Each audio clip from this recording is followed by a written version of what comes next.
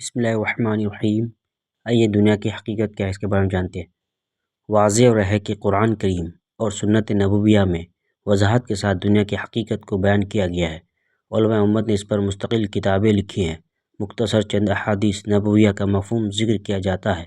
دنیا کی زندگی ایک کھیل کود سے زیادہ کی حیثیت نہیں رکھتی۔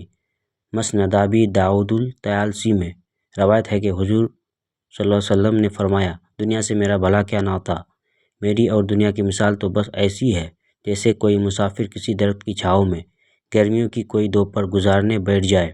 وہ کوئی پل آرام کرے گا تو پھر اٹھ کر چل دے گا۔ ترمذی میں حضرت سہیل بن سعد رضی اللہ تعالی عنہ کی روایت ہے کہ رسول اللہ صلی اللہ علیہ وسلم نے فرماتے ہیں، یہ دنیا اللہ کی نگاہ میں مچھر کے پر کے برابر بھی وزن رکھتی تو کافر کو اس دنیا سے وہ پانی کا ایک گھونٹ بھی نصیب نہ ہونے دیتا۔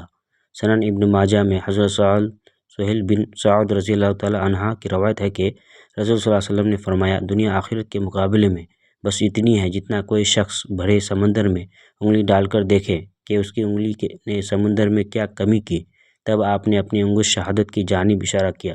صدق اللہ العلی العظیم۔